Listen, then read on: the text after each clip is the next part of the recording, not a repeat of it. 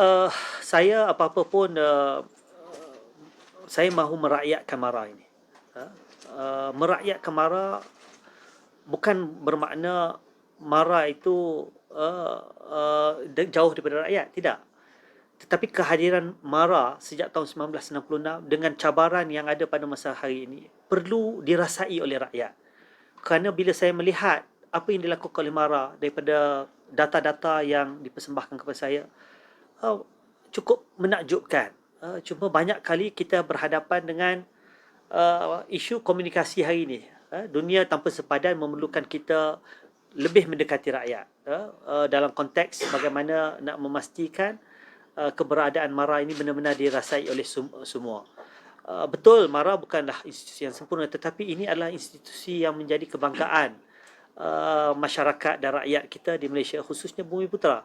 Sebab itulah bagi saya sebagai pengurusi baru, saya perlu betul-betul menjiwai mandat MARA itu sendiri berasaskan Akta MARA 1966, yang mana dua tunjang utama yang kita harus ingat, bahawa yang pertama adalah soal modal insan.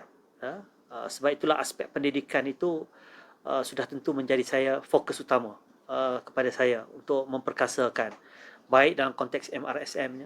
Hari ini antara perkara yang dibincangkan secara terperinci, bagaimana kita nak mengulul albabkan semua 55 MRSM ini. Bukan kerana ia suatu yang saja yang baik dari perspektif MARA, tetapi juga itu juga yang menjadi tarikan kepada masyarakat hari ini. Ramai yang nak menghantar kepada MARA ni kerana MRSM ni, kerana dia tahu MRSM MARA ni ada ulul albab dan menjadi satu model kepada institusi-institusi lain. Setakat hari ini, sebab saya dulu pernah jadi Timbalan Menteri Agama, kita ada dasar tahfiz negara. Saya mengetahui keupayaan-keupayaan dan kekuatan yang ada dalam institusi yang ada dalam konteks Malaysia dan konteks institusi pendidikan.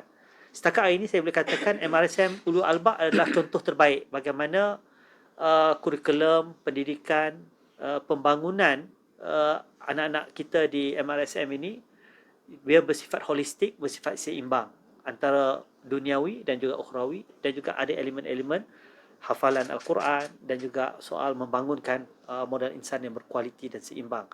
Yang kedua, selain daripada pendidikan, adalah soal pembangunan usahawan. Yang hari ini kita bercakap soal TVET.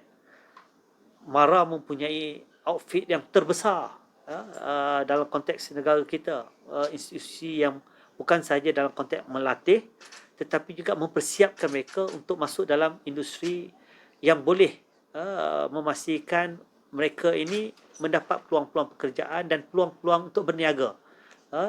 Dan ini penting kerana bila kita bercakap soal masalah rakyat hari ini, yang bercakap soal kos sara hidup yang tinggi, soal peluang pekerjaan, soal underemployment, kita kena memecahkan kebekuan dalam masyarakat, terutamanya anak-anak muda, supaya mereka tidak lagi melihat bahawa mereka belajar kat universiti hanya sekadar nak makan gaji.